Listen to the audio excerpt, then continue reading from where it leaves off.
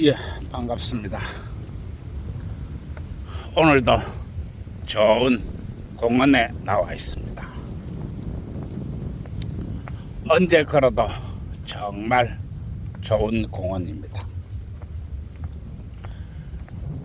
옛날에 이것이 전부 다 배추밭, 고추밭 이런 밭이었는데 이거를 이명박 대통령이 전부 이렇게 공원을 만들었습니다.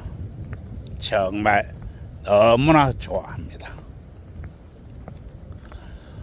오늘 나의 이야기는 나는 왜 이렇게 남녀 간의 섹스를 그렇게 중요시 하는가?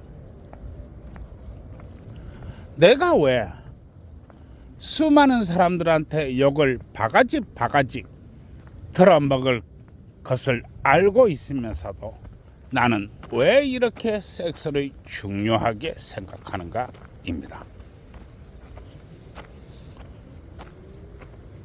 내가 이런 이 성적인 이야기, 섹스에 대한 이야기, 또 성매매 합법화에 대한 이야기 이런 얘기를 하면은 아마 사람들이 나를 제정신이 아닌 그런 인간으로 볼 것입니다.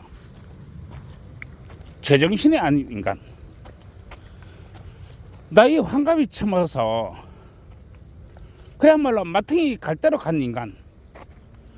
아마 가장 저열하고 참 한심한 인간. 이렇게 나를 볼지도 모르겠습니다. 그러나 나는 사람들이 비난 같은 거는 별 개의치 않습니다. 왜냐? 사람들이 생각은 대단히 잘못된 것이기 때문에 그렇습니다. 그렇다면 내가 주장하는 사람들이 생각이 잘못되었다. 이런 관점을 어떻게 바라볼 것인가? 그 옳고 그름을 어떻게 이야기할 것인가? 그것은 우리 민주주의 사회는 다수가 찬성을 하면 그것이 옳은 겁니다.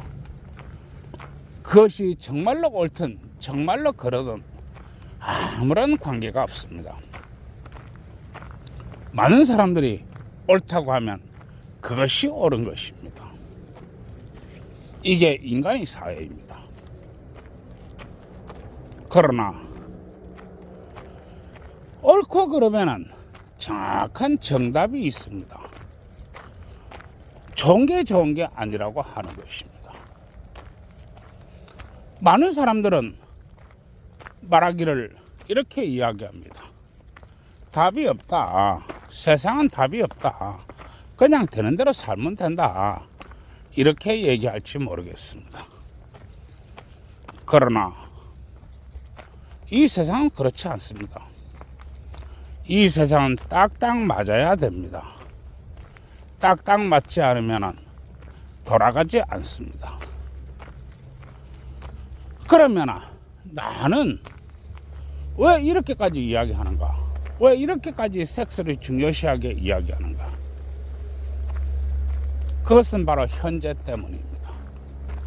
우리가 보고 듣고 겪으며 살고 있는 이 모든 세상은 현재라고 하는 것입니다. 그리고 현재라고 하는 것은 바람처럼 사라지는 것입니다. 내가 이 길을 걸어가고 있지만은 내가 뒤를 쳐다보는 순간 그것은 곧 과거가 됩니다. 그리고 앞을 쳐다보는 순간 바로 미래가 됩니다. 따라서 과거와 이 미래가 존재하는 것은 현재를 존재하는 것입니다. 현재가 있기 때문에 과거와 미래가 있다고 하는 것입니다. 그러면 현재는 무엇으로 된 것인가? 바로 섹스로 되었다고 하는 것입니다. 섹스. 현재는 어떤 사람은 돈으로 되어 있다고, 어떤 사람은 힘으로 되어 있다고, 어떤 사람은 쪽수로 되어 있다. 이렇게 많은 이야기를 합니다만은 그게 돈이 되었던, 권력이 되었던, 힘이 되었던 이 현재라고 하는 것은 섹스로 되어 있는 것입니다. 그리고 모든 생명은 나고 죽기를 반복하나 그 생명이 계속 그 자리에 있는 것은 바로 섹스의 힘 때문입니다. 이것이 인간이든 인간이 아니든 말입니다. 섹스가 이렇게 중요합니다. 그런데 우리는 남녀의 성을 틀어지고 남녀의 성을 장악하고 남녀의 성을 제압을 해야만이 돈이 되는 그런 놈들이 있습니다. 부부가 행복하고 가정이 평안하고 아이가 잘 크고 아무런 관점이 없습니다. 그 사람들에겐 가정을 부숴야 되고 부부가 싸워야 되고 가정이 불행해야 되고 아이들이 방황해야 됩니다. 그래야 돈이 됩니다. 이 미친 집단들이 우리나라의 모든 것을 망하게 하고 있는 것입니다. 그러면 나는 왜 이렇게 성에 대해서 이야기하느냐? 그것은 연애와 결혼과 아이 양육과 미래 때문입니다. 부부가 무엇 때문에 사는가? 바로 섹스 때문에 산다고 하는 것입니다. 섹스. 그리고 이 섹스의 횟수가 가장 많을 때, 인간에 있어서 이 섹스가 가장 많을 때, 그때가 언제인가? 바로 결혼하기 6개월 전, 즉 결혼하기 6개월부터 결혼하고 난 후 5년이라고 하는 것입니다. 이게 인간의 섹스가 가장 왕성할 때입니다. 우리나라는 섹스리스 부부 1위입니다. 섹스리스 부부 1위, 세계 1위, 10년 동안 변하지 않는 전 세계 1위. 그리고 우리나라의 이혼율은 실로 어마어마하게 높습니다.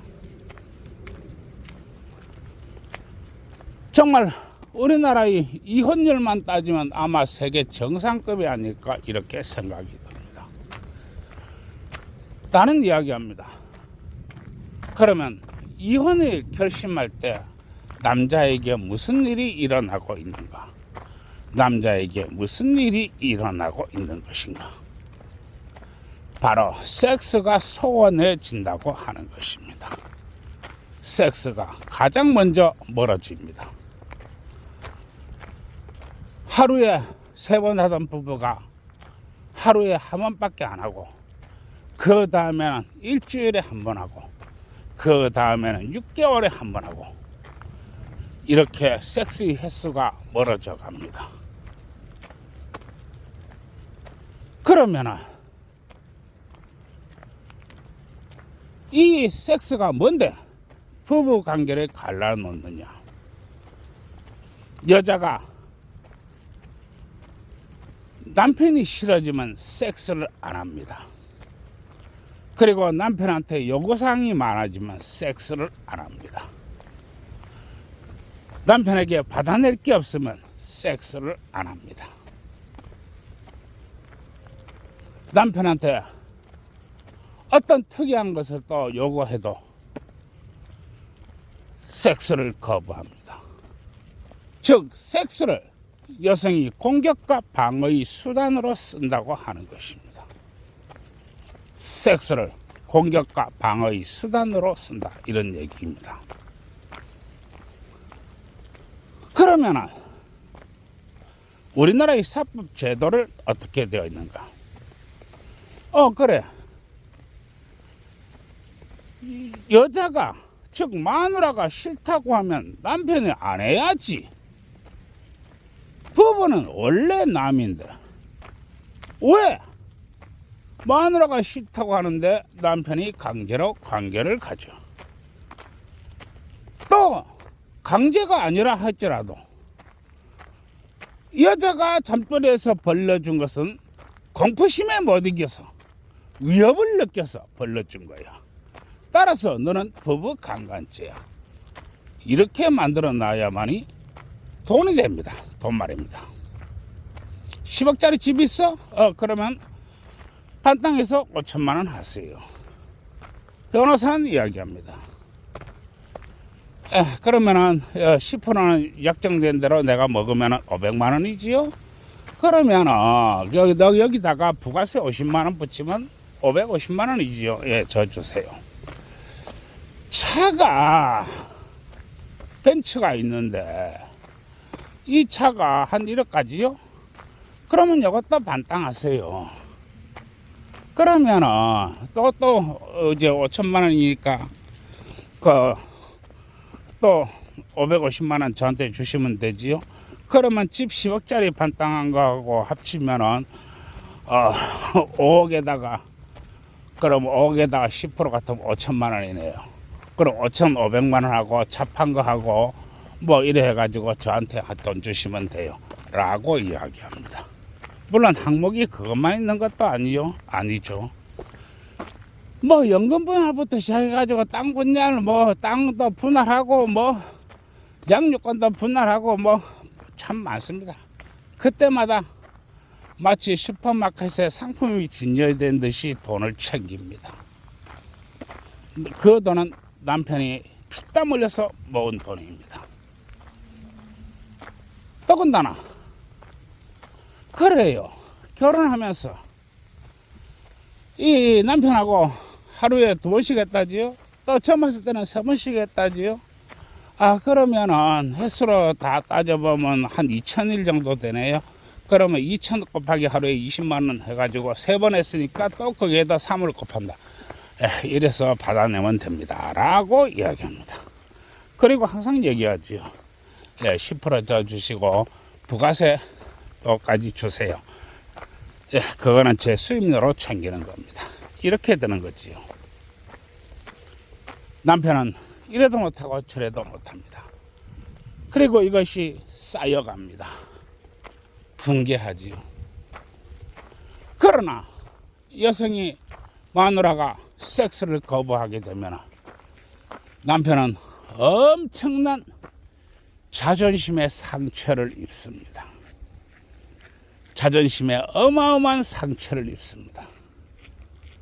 가장 믿고 의지하는 내 아내, 가장 사랑스러운 내 아내, 이 남자가 나를 거부할 때 남편이 받는 심리적 타격은 엄청납니다. 내가 이 사건을 접하면서 이 나이 그 태국 여자가 고의적으로 나를 공격해 왔을 때 내가 받는 심리적 타격은 실로 엄청났습니다. 나는 그렇게까지 내가 분노하리라고는 생각해 본 적이 없었습니다. 그것은 믿음에 대한 배신이요, 신뢰에 대한 배신이요, 그리고 위험에 대한 공격입니다. 그리고 욕망과 탈취를 하려고 남편의 생명을 잡아놓고 도박을 벌린 것입니다. 지금 시점이 이렇습니다. 그래서 나는 섹스를 그토록 강조하는 것입니다. 내가 이렇게 수없는 이야기를 하면서 여성이 학력을 따지던가요, 여성은 고학력자여야 한다, 여성은 인서울 4년제를 나와야 된다, 내가 이렇게 얘기하던가요? 내가 여성은 키가 175 이상 되어야 된다, 내가 이렇게 얘기하던가요? 내가 한 번도 얘기한 적이 없었던 것으로 압니다. 그러면 여자가 몸매가 32, 24, 32 몸매를 가져야 된다, 내가 이렇게 얘기하던가요? 나 그런 얘기 한 적이 없습니다. 내가 주로 이야기한 얘기는 결혼을 한 부부는 집안에서 단둘이 있을 때 벗고 살아라. 그리고 부부끼리 섹스와 스킨십을 거부하지 말아라. 그리고 가능하면 많이 박아라. 난 이런 이야기를 했습니다. 내가 어떻게, 내가 언제, 내가 무엇 때문에 여성은 인서울 4년제 나와야 된다. 여성은 시부모가 안정되어 있어야 된다. 여성은 재산이 매덕이 있어야 된다. 내가 언제 이런 얘기 하던가요? 그러나 모든 사람이 나보고 정신이 약간 이상하다, 맛이 같다, 이렇게 이야기를 합니다. 그것은 내가 잘못된 게 아닙니다. 나 이야기를 듣는 여러분들이 잘못된 것입니다. 난 항상 이야기합니다. 섹스가 뭐냐? 단지 성적인 욕구를 취하기 위해서 이렇게 있는 것인가? 아닙니다. 성적인 욕구를 취한다 하면 늙은 아내보다 바깥에 나가면 젊은 여자 돈 주고 사면 아주 간단합니다. 그런데 나는 이런 이야기를 하고 있습니다. 왜 이러느냐? 바로 이 성이 부부간의 대화를 연결해주는 통로이고, 부부간의 애정을 더욱 튼실히 하는 통로이고, 부부간의 사랑을 더욱 두텁게 하는 통로이기 때문에 그렇습니다. 그러나 우리 대한민국 여성은 이 섹스를 요구의 수단으로 삼고, 어떻게 하면 남자에게, 자신이 남편에게 요구를 관철시키려고 하고, 재산을 더 많이 받아내서 치부의 대상으로 삼고, 더 많은 조건을 요구해서 더 안락한 삶을 누리고자 합니다. 이건 아닙니다. 이것은 정말로 저열하고 정말로 나쁜 행위입니다. 그리고 나는 이야기합니다. 여성을 선택할 때 섹스 하나만 봐라. 다른 거 보지 말아라. 여성이 정말로 적극적으로 남편에게 섹스를 하고, 남편에게 정말로 적극적인 애정 표현을 해오고, 남편에게 더욱 사랑스러운 포옹을 해온다면 그때는 결혼해도 무방하다 라고 나는 이야기하는 것입니다. 그리고 요즘 여성들은 이야기합니다. 내 몸이 권한은 나한테 있어. 따라서 내가 섹스를 하고 안 하고는 그건 내 자유야. 내가 귀찮다는데 왜 하려고 해? 라고 말합니다. 그러면 결혼하지 마세요. 왜 멀쩡한 남자 피곤하게 합니까? 왜 멀쩡하게 이 잘 생활하는 남편을 피곤하게 하고 남자를 어렵게 합니까? 결혼이란 제도가 무엇입니까? 우리나라 대법원은 변함없이 이야기하고 있습니다. 대한민국 결혼 제도에 있어서 부부간의 성생활은 결혼 제도의 근본 중의 근본이다 라고 이야기하고 있습니다. 즉 섹스와 성이라는 것이 제도에 묶여있다, 이런 얘기입니다. 그래서 우리는 수많은 돈을 들여서 결혼식을 하고 어려운 과정을 거쳐가는 것입니다. 그러나 사람들은 이야기를 지어내기를 굉장히 좋아합니다. 해괴한 이야기를 지어내야 돈이 되기 때문에 그렇습니다. 내 몸의 권한은 내가 있다. 따라서 섹스는 내가 하는 것이다. 그 결정은 남편에게 있는 게 아니고 나한테 있는 것이다 라는 아주 이상한 해괴한 논리를 내놓습니다. 그렇게 하려면 결혼하지 마세요. 왜 남자 피곤하게 해요? 왜 남자 어렵게 해요? 그것은 아주 잘못됐다고 하는 것입니다. 내가 결혼한 남자가 다른 여자하고 인연전연하고 내가 박아라 라고 그렇게 이야기하던가요? 나 그렇게 이야기한 적이 없습니다. 결혼한 남자가 왜 자신의 여자 놔두고 다른 여자하고 박아대야 됩니까? 그러나 자신의 여자가 거부를 하고 기술적으로 방해하고 교묘하게 엮어넣으려고 하다 보니까 남자가 바깥으로 놔두는 것입니다. 그리고 그런 남편을 보고 짐승 같다니, 더럽다더니, 추한다더니, 아주 나쁜 남자라는 등 이런 얘기를 하면은 그건 잘못된 것입니다. 그리고 정말로 여자 잘못당하면 인생 망하는 것입니다. 재산을 빼앗기는 것을 넘어서 목숨이 위태롭습니다. 그리고 살아난다 할지라도 노예가 됩니다. 남편이 아니고 노예입니다. 이게 우리나라 제도입니다. 그래서 내가 섹스를 그렇게 중요시 하는 것입니다. 여기까지 하고 줄이겠습니다. 옳은 것을 그러다고 하지 마세요. 맞는 것을 틀리다고 하지 마세요. 맞는 것은 맞는 것이고 틀리는 것은 틀리는 것입니다. 여기까지 하겠습니다. 전화로 되시고요. 좋아요, 구독 눌러주세요.